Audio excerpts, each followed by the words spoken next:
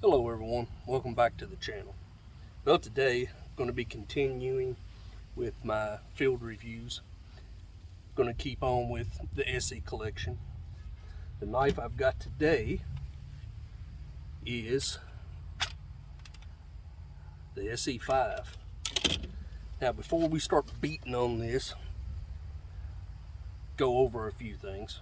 First of all, this thing is a 1/4 inch thick, full tang. It has been modified a little. The only two complaints I've got with this knife is the weight and the handle. And if you look at this handle, especially if you look at it close, you can tell that it has been reworked a lot on the edges and rounded quite a bit.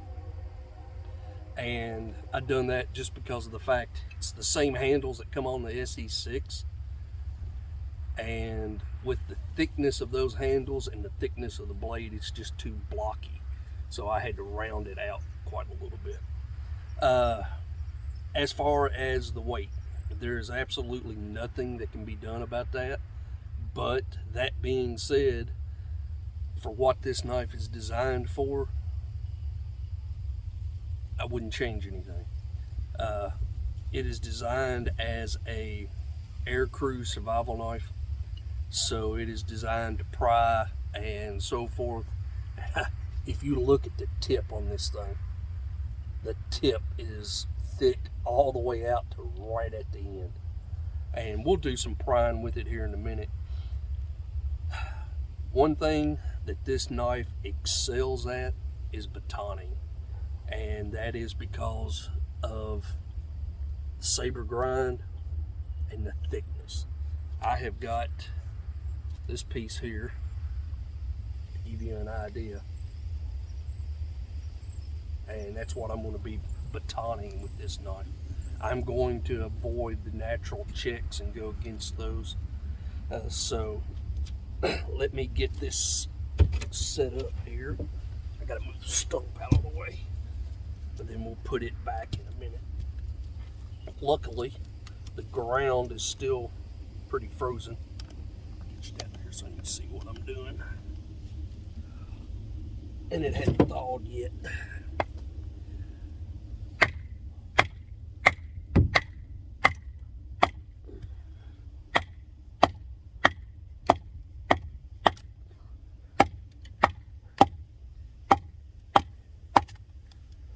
Change hands here.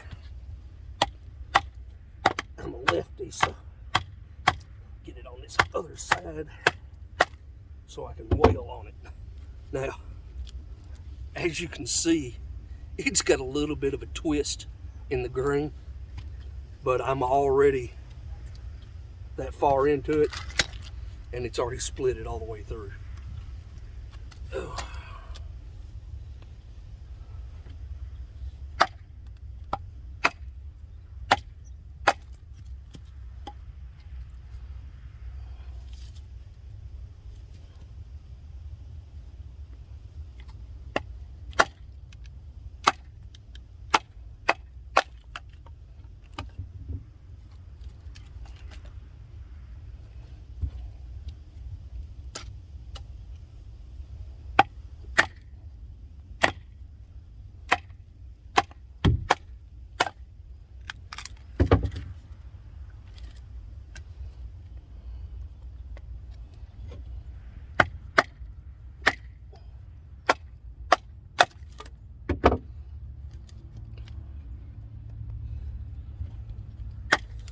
Now,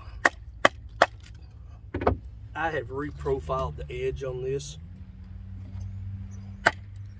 It comes with somewhere between a 25 and a 30-degree bevel on it.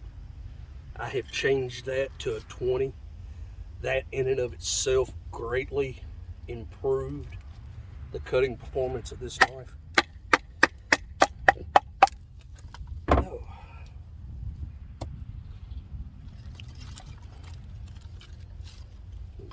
Bunch this out of the way here.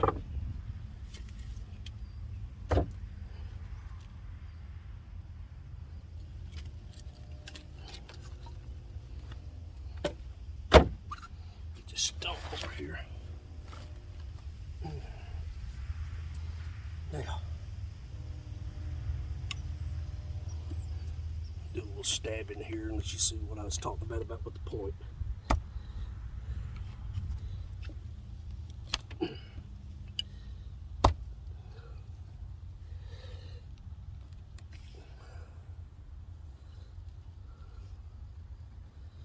my hand back in there. As you can see how deep that's going in.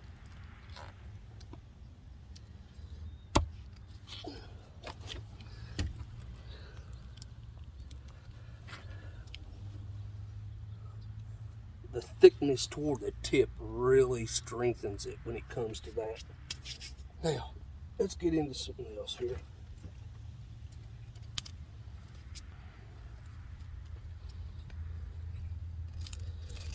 Now, using this knife will cause a lot of wrist fatigue if you're not used to it.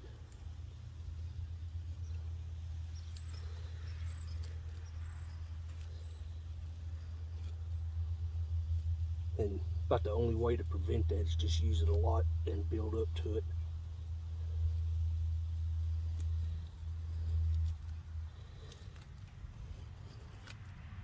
As you can see, I've taken the finish off of it. I destroyed the finish on this, cutting the windshield out of a overturned box truck.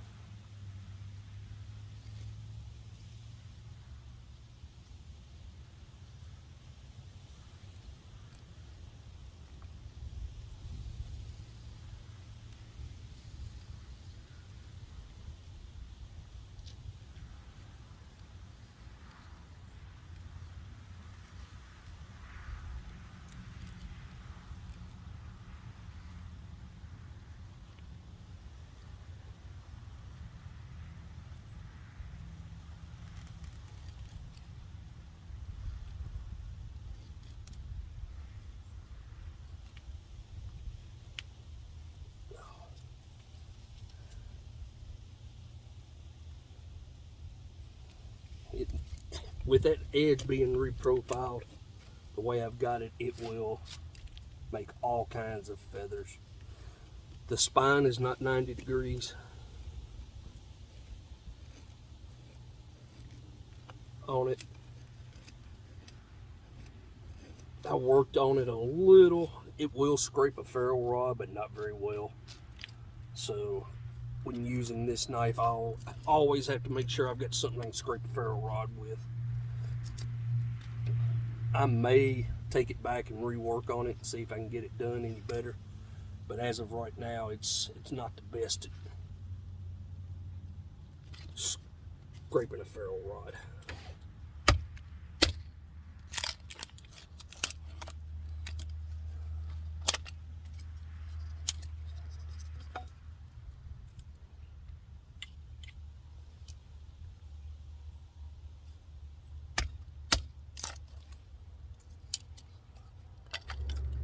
Where that thickness carries so far out close to the tip, this kind of stuff is a piece of cake for it.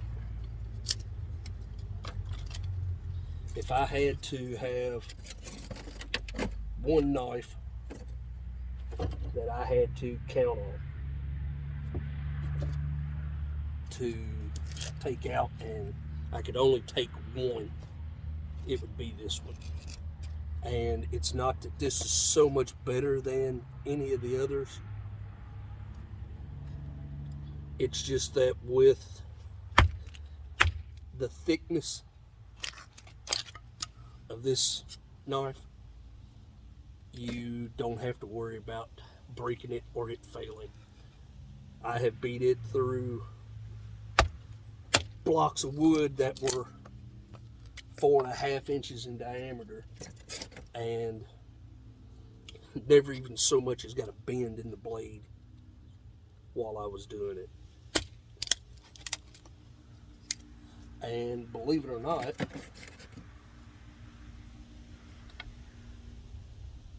to be such a short knife, if you get way back on it,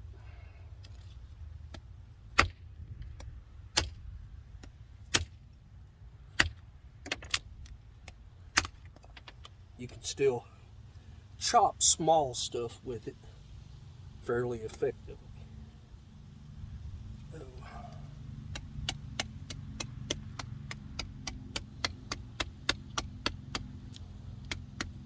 And part of that's because this thing weighs a pound by itself. And like I said, that's one of the drawbacks of this knife, but it's also a little bit of what makes this knife handy as an all-around knife.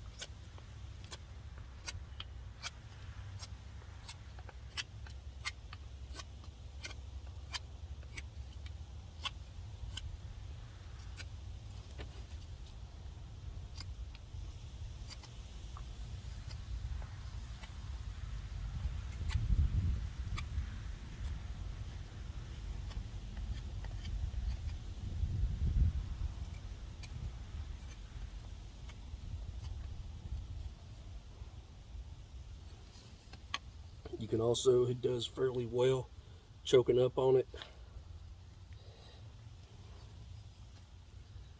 making notches.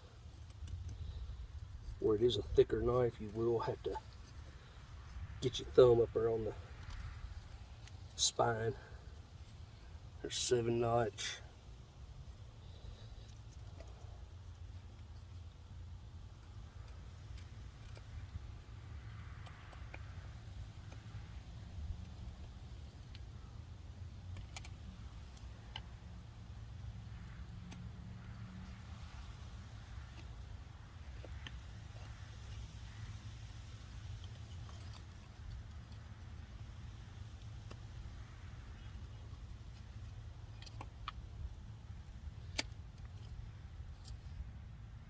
Square notch.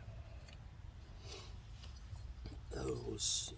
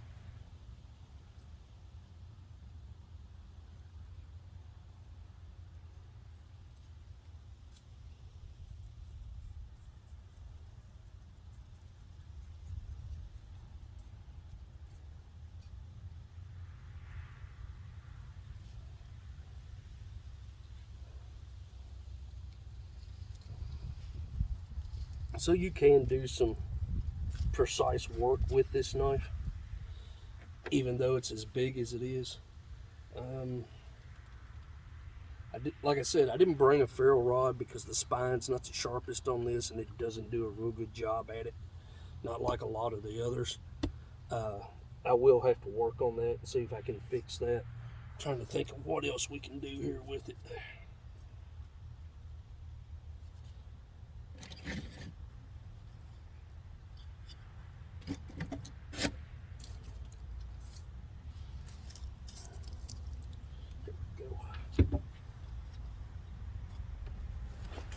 This piece is a little more solid.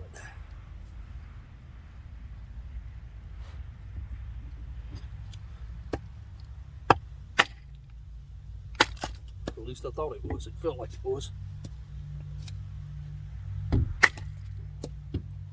Maybe not.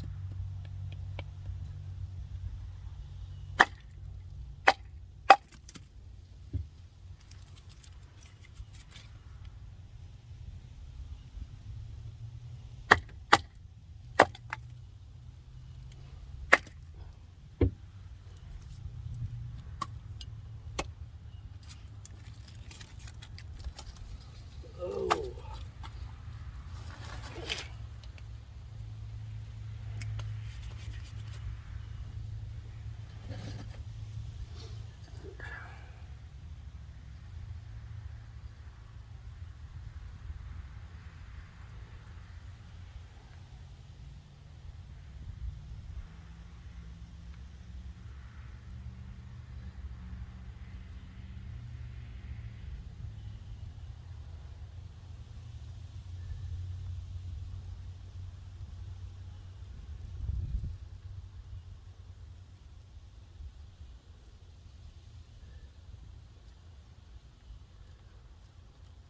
And this is where that reprofiling of the edge comes in.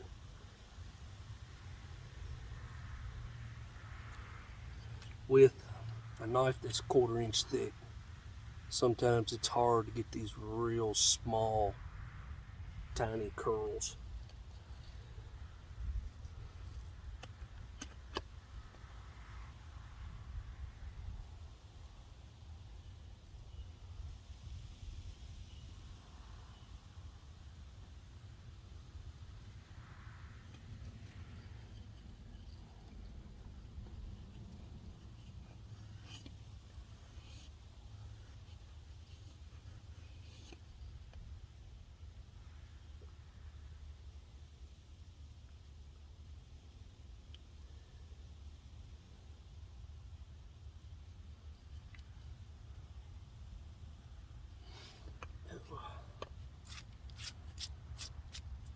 I don't know what else to do with this one that hasn't already been done.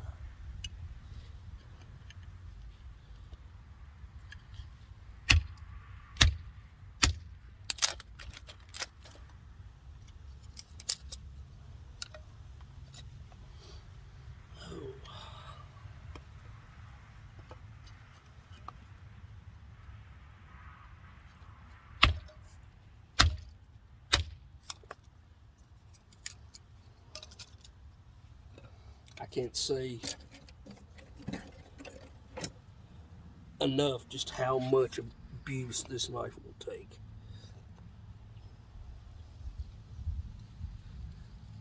This is the one I've had the longest. I've cleaned deer with it. Like I said in that one episode about it, I actually cut the windshield out of an overturned box truck with it. And the only thing that did was destroy the finish on it. I went ahead and stripped the finish off of it and then resharpened it, and that was it. If you look at the blade close, I don't know if they'll pick up in this light or not, but you can see some of the scuffs caused in the steel, caused by cutting through the glass, the laminated glass in the windshield. I've never used it for a bow drill. When I first got it, it was set up for the bow drill to be used by a right-handed person. I modified it. I took the one side, drilled a small pilot hole all the way through the handles with them off, and that way I lined them up, and then made a counter on the other side and made a bow drill divot on both sides of the knife. I don't know what else to say about this one other than the darn thing's a freaking tank. It will take anything you throw at it and keep going. As far as edge holding ability, I don't know. Let's see if I got any hair left on my arms. There's a little back here.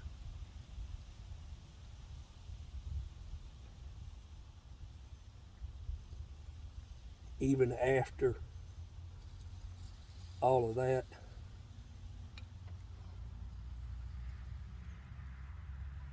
I don't know if you can see it or not, but it still take the hair off my arm. So it'll hold an edge as well. Rowan does an incredible job with their heat treat. But if you want a knife that you can beat the living crap out of and know that it'll take anything you throw at it, the ESEE is hard to beat. It comes with a Kydex sheath instead of the ABS plastic. This one here, I've cut a little bit off of the top of it here to make it just a little shorter. And then I put a bevel on the back side as a thumb ramp. This little piece here is unique. It slides up like that. And what it does is it locks that sheath down even tighter in case you need to keep it from falling out. The spring clip, it's reversible. If you notice, this one is kind of offset a little. I took it and put it in a vise, took a heat gun to it and bent it out. And what that does is when I put it on my belt, the handle sits out just a little bit farther away from me and makes it easier to reach down and grab hold of it. I just can't say enough about this one. If you want one you can depend on, this is definitely a good way to go if you can deal with the weight.